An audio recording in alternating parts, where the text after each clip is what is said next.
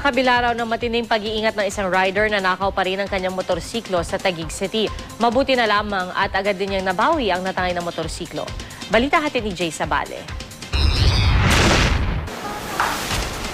Hindi makapaniwala si Anthony Herrera na matatangay ang kanyang motor na nasa loob ng garahe ng kanyang bahay sa Barangay Calzada, Tipasig, alas 4 ng umaga kahapon.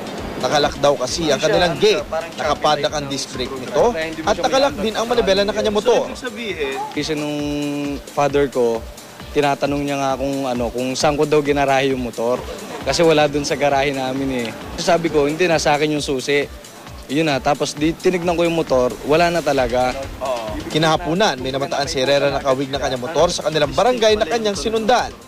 Nang nakumpirma niya na yun nga ang motor niya, inunahan niya ito at inalerto ang mga tanod sa lugar na siyang humarang sa dalawang sakay nito. Sabi ko, Brad, motor ko yan. Ang sagot niya agad sa akin, ang pagkakasabi niya, hindi ko kinarnap to. Sabi ko, nakita mo naman na paandar mo, walang susi. Tapos sabi ko, pakikita ko sa iyo susi niyan. Agad dinala sa Taguig PNP ang mga suspect na sila John Mark Villanueva at Irandan Iya. Na-recover sa kanila ang isang master key. Pero depensa ng dalawa, hindi raw sila ang tumangay ng sasakyan. Dahil lang po kami, hindi po kami nagnakaw.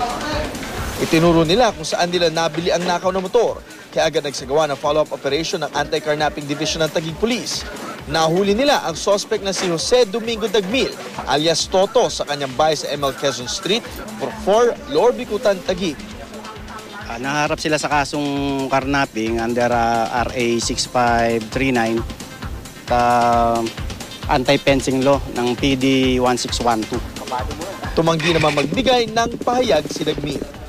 Jay Sabale, GMA News.